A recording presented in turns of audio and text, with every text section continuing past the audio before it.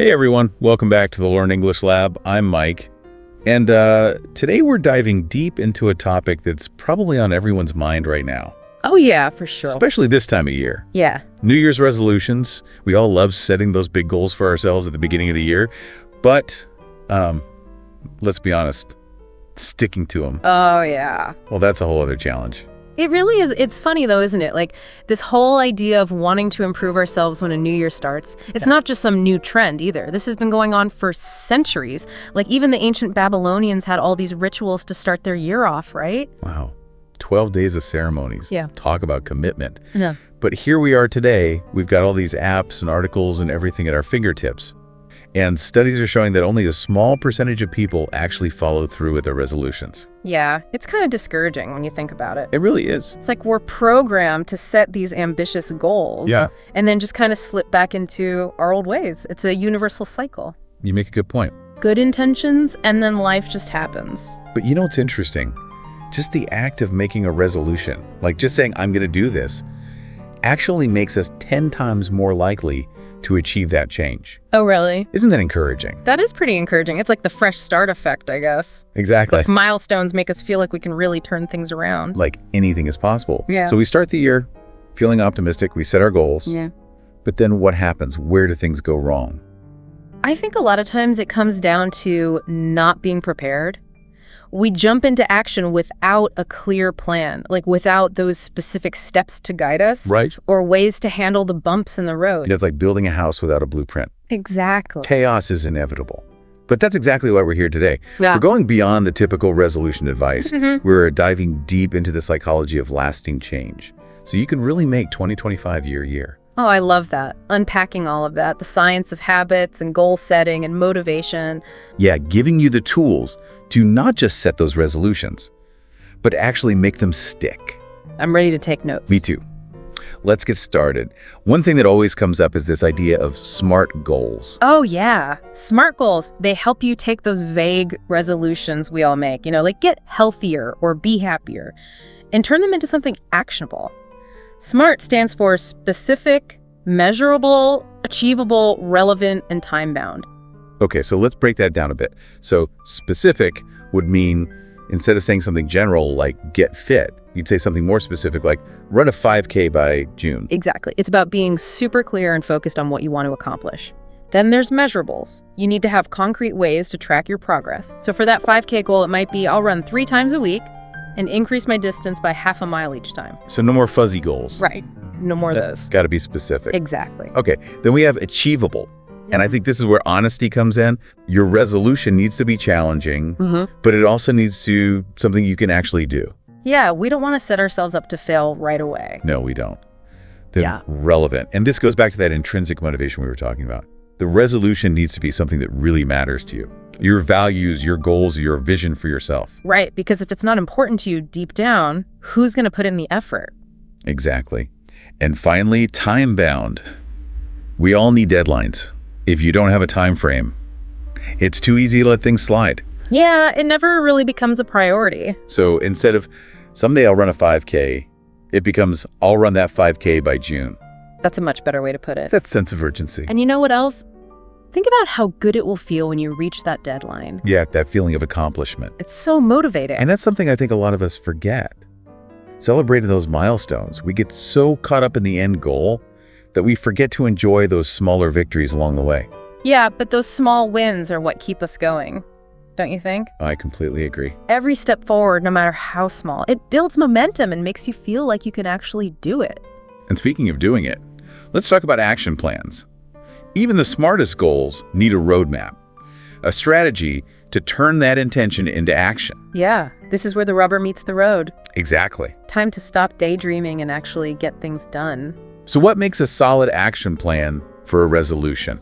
Well, the first thing is to break those big goals down into smaller, more manageable steps. Remember how we talked about chunking information when we're learning something new? It's the same idea here. So instead of being overwhelmed by the thought of learning a whole new language, you might start by focusing on basic greetings.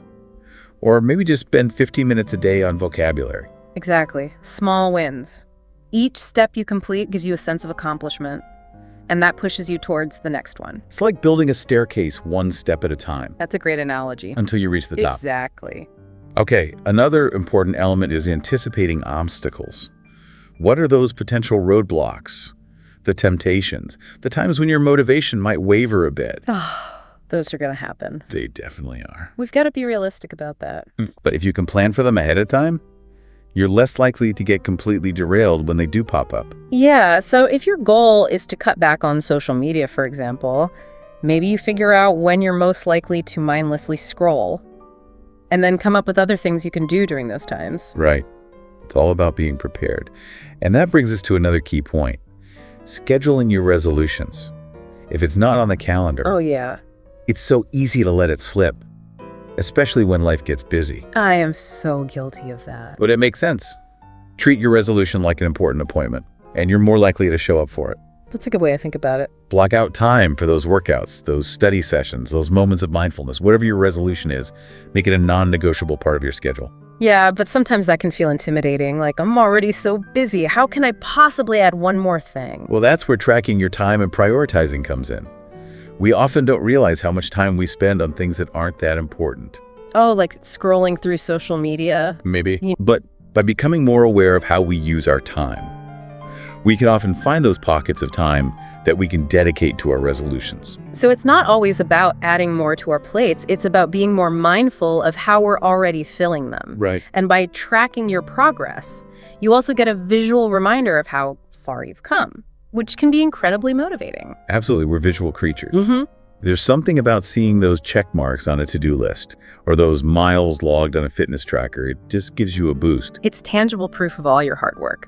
And speaking of effort, let's talk about motivation. Oh, yeah. That's the engine that drives it all. It is. You can have the best goals, the most detailed plan, but without motivation, you're not going to get very far. And when it comes to New Year's resolutions, we often rely on that initial burst of enthusiasm, which we've already seen tends to fade. It does. It's like that New Year's energy high. And then reality sets in, and it's back to the same old routine. So how do we cultivate a more sustainable source of motivation? Well, it starts by figuring out what really matters to you. That intrinsic motivation. Exactly. Connecting with your why. When your resolution aligns with your values, your goals, your deepest desires, the motivation comes from within. And that makes it much more likely to last. But how do we actually do that? How do we tap into that deeper level of why? One really powerful tool is visualization. Instead of just stating your resolution, spend some time imagining yourself having already achieved it. Oh, I'm intrigued. How does that work? Our brains are amazing. They can create these mental images that can be super motivating.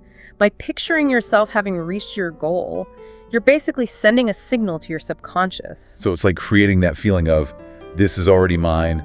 Yeah. I just need to take the steps to get there. Exactly. It's about embodying that feeling of success, which can be a huge driver of action. I can see how that would make a difference. Yeah. It's no longer a distant, maybe someday thing. It becomes much more real. Much more tangible. And when your brain believes it's possible, it's more willing to put in the work. So we've got visualization. But what are those moments when doubt creeps in? Or when our motivation dips? How do we stay on track when things get tough? Well, first of all, we need to remember that setbacks are a normal part of the process. They're not failures. They're opportunities to learn and make adjustments. That's such an important point. So often we let one slip up, derail the whole thing. Yeah, it's like we give ourselves permission to just give up. It's that all or nothing thinking. It can be so self-sabotaging. It really can. We need to embrace the idea that progress isn't always linear. There will be ups and downs, detours, and course corrections. So it's about being flexible, adaptable, and kind to ourselves along the way. Absolutely. And this is where having a good support system can be really helpful. Sharing your resolutions with friends, family, or a mentor can give you encouragement and accountability when you need it most. Like having your own personal cheerleading squad. Exactly. Knowing that someone's rooting for you Yeah. can make all the difference when those doubts start to creep in. So we've talked about visualization, celebrating small wins, and the importance of a supportive community. What are some other strategies for keeping that motivation strong? One that's often overlooked is reward. While intrinsic motivation is key, sometimes a little external incentive can be helpful too. So like If I stick to my workout plan for a month, I'll treat myself to those new running shoes. Exactly. Or if I reach my savings goal, I'll take a weekend getaway. It's about connecting positive experiences with achieving your goals. So you're creating a positive feedback loop. You got it. The reward reinforces the behavior, which makes it more likely to continue. But it's important to choose rewards that are meaningful to you and that don't sabotage your goals. So if your resolution is to eat healthier, maybe the reward isn't a giant piece of cake. Good point. Maybe a new cookbook. Or a subscription to a healthy meal delivery service would be a better choice. That's a great idea. Well, we've covered a lot of ground here. We talked about SMART goals, action plans, motivation support systems, even rewards. What are some final thoughts for our listeners as they embark on their New Year's resolution journey? I think the most important thing is to approach it all with curiosity and self-compassion. Curiosity, tell me more about that. Instead of seeing resolutions as a chore or a test you have to pass, think of them as an experiment, a chance to explore new things and learn more about yourself. I love that. So it's not about being perfect. It's about being engaged and open to wherever the journey takes you. Exactly. And self-compassion is crucial too.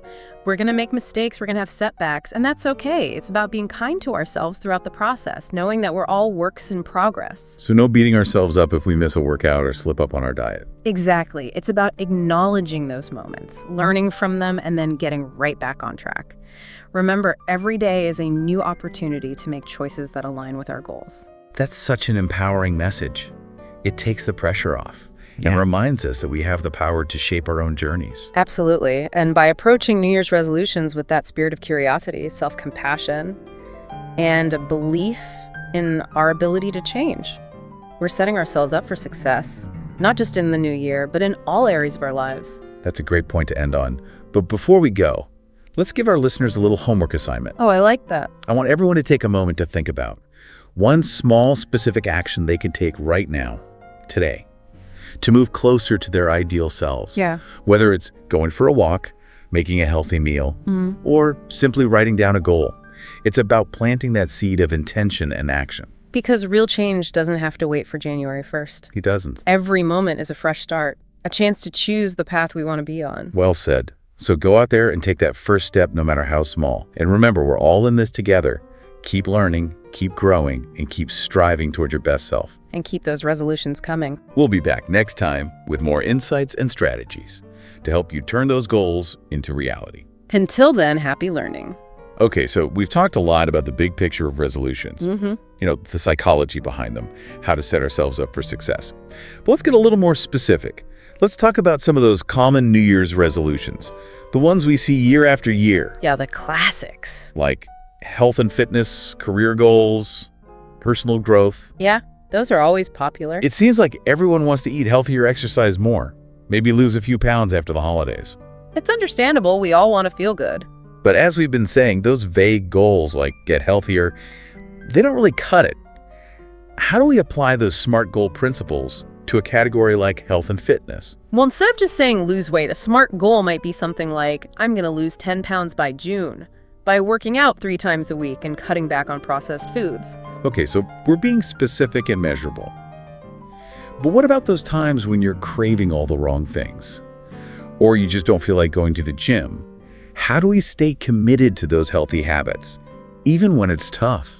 That's where your why comes in. Like, really think about why this resolution is important to you. Is it about having more energy to keep up with your kids? Or finally fitting into those jeans you love?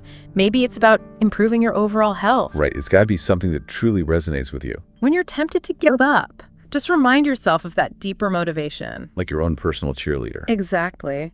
And you know another thing that can help? Community. Find a workout buddy, join a fitness class, even connecting with people online who have similar goals, that can make a huge difference. It's like having a whole support system, people to cheer you on and hold you accountable. And don't forget to celebrate those small wins along the way. Did you make it to the gym all week? Awesome, celebrate that. Did you swap out that soda for water? High five. It's all about recognizing those positive changes you're making. Okay, let's switch gears a bit. Another big resolution category is career and finances. Lots of people are looking to improve their skills, get a promotion, or just get their finances in order in the new year. Yeah, that's a big one. And again, all those same principles apply. Instead of make more money, Yeah. a smart career goal might be something like, I'm going to increase my income by 10% this year by taking on a new project at work and learning some new skills. Right, so being clear about what you want and how you'll get there. Exactly. And for finances, it often starts with creating a budget, tracking your spending, seeing where you can cut back. It can be eye-opening. It really can. To see where all your money is going. And then it's about making a plan to pay down debt, build up your savings, or start investing. And you don't have to figure it all out on your own. There are financial advisors, online resources, even apps to help you manage your money better. So many resources out there. What about those resolutions that focus on personal growth? The ones about learning new things, expanding your knowledge, just becoming a more well-rounded person. Those are great. All about nurturing that curiosity and love of learning. But how do we turn those desires into specific resolutions? Well, instead of just saying read more books, your resolution could be, I'm going to read one book every month, focusing on history and science. Okay, so you're combining that desire to learn with a specific plan. Exactly. Or maybe your goal is to be more creative. So you commit to taking a photography class or spending 30 minutes each day writing or painting. It's all about making time for those things that make you feel good and help you grow. Absolutely. And remember, progress isn't always about those big accomplishments. It's often the small, consistent things we do that really add up. So reading a few pages each day, practicing a new skill for 10 minutes, even just taking a few moments for mindfulness and reflection, it all matters. It all contributes to that journey of self-improvement. I love that. I think we've covered a lot of ground in this deep dive so far. We have. The science of habits, visualization, SMART goals, and so much more. And I think the biggest takeaway is that change is possible, no matter where you're starting from. Absolutely. It's about making choices each day that align with who you want to be. And it's not about being perfect. It's about making progress. So true. So as we wrap up this part of our deep dive, what's your final message for our listeners as they head into the new year? Embrace this journey of self-improvement, not just in the new year, but in every part of your life. Approach your resolutions with curiosity and kindness, and believe in your ability to change. Celebrate those wins, learn from the setbacks, and never give up on your dreams, because you have the power to create the life you want, one step at a time. Beautifully said. Now, for our listeners who want even more specific strategies, we've got a treat for you. In the next part of this deep dive, we're going to explore those common New Year's resolution categories in detail, from health and fitness to career and finances. We'll be sharing tons of tips, inspiring examples, and resources to help you turn those aspirations into reality. So stay tuned, folks. We're just getting started. Okay, so we spent some time talking about the psychology of New Year's resolutions and how to set ourselves up for success. But now I think it's time to get even more practical. Let's dive into some of those most popular resolution categories. Yeah, let's break it down. And see how we can actually apply all of these strategies. I like it. So let's start with the big one. Health and fitness. Seems like it's always at the top of everyone's list. Yeah, for sure. Who doesn't want to eat better, exercise more? And maybe feel a little bit lighter after the holidays. It's natural. We all want to feel our best. Yeah. But as we've been saying, just setting vague goals like get healthier, it's not really going to cut it.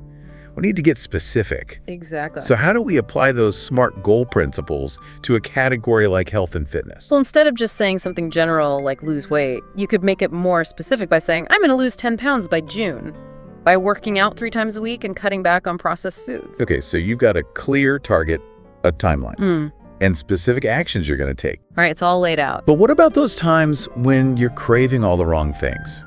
Or you just have zero motivation to hit the gym? How do we stay committed to those healthy habits, even when it's hard? That's when you really need to tap into your why. Like, ask yourself, why is this resolution so important to me? Is it about having more energy to play with your kids? Maybe it's about finally fitting into those clothes you love. Or just feeling healthier overall. Right. It's got to be something that really motivates you personally. Yeah, when you're tempted to give in, remember that deeper reason why you started in the first place. Like having your own internal cheerleader? Exactly. And don't forget about the power of community. Oh, yeah, for sure.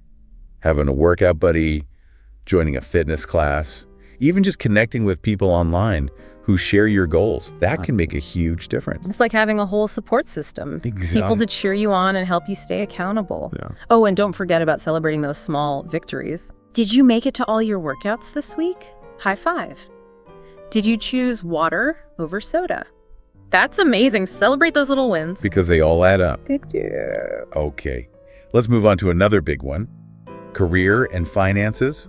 Lots of people are looking to level up in their careers, get a promotion, get their finances in order, all those money goals. Yeah, that's a common one. And again, those SMART goal principles are so helpful here.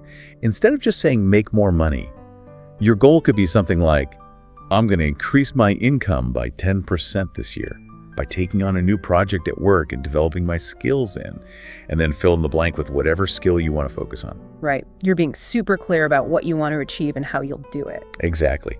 And for finances, it often starts with creating a budget, tracking your spending, seeing where you can cut back. Yeah, that can be really eye-opening. It really can. You might be surprised where your money is actually going. And then you can make a plan for paying down debt, building up your savings, or even start investing. And remember, there are so many resources out there to help you. Financial advisors, online tools apps. You don't have to figure it all out by yourself. What about those resolutions that focus on personal growth? The ones about learning new things, expanding your knowledge, becoming a more well-rounded individual. Oh, I love those. Those are all about feeding your curiosity and that desire to learn. But how do we actually turn those desires into specific resolutions? Well, instead of just read more books, your resolution could be, I'm going to read one book every month. Yeah. And I'm going to focus on history and science. So you're combining that love of reading with a concrete plan. Right. Or maybe you want to tap into your creative side, so you commit to taking a photography class or spending 30 minutes each day writing or painting. It's about creating space for those activities that bring you joy and help you grow as a person. Absolutely. And I think it's important to remember, progress isn't always about those huge accomplishments. It's often the small, consistent actions that make the biggest difference. Yeah. So like reading a few pages each day, practicing a new skill for 10 minutes, taking a few moments for mindfulness and reflection. Exactly. All of those things add up. And they all contribute to that journey of self-improvement. That's what it's all about. Well, I think we've covered a lot of ground in this deep dive. We have. We've explored the science of habits, the power of visualization, SMART goals, action plans, motivation support systems. We even talked about rewards. And I think the most important message is that change is possible for everyone. Absolutely. It's about aligning your actions with your intentions and making choices each day that bring you closer to the person you want to be. And it's not about being perfect. It's about making progress. So well said. So as we wrap up this deep dive, what's your final message for our listeners as they head into the new year with all these goals and aspirations? Embrace this journey of self-improvement, not just in the new year, but in every area of your life. Be curious, be kind to yourself, and believe in your ability to grow and change. Celebrate your wins, learn from your mistakes, and never give up on those dreams. Because you have the power to create the life you want, one step at a time. That is such a beautiful message. And on that note, I want to encourage everyone listening, go out there and make this year your best yet. And don't forget to like, share, and subscribe to the Learn English Lab YouTube channel for more insightful deep dives just like this one. We'll see you next time.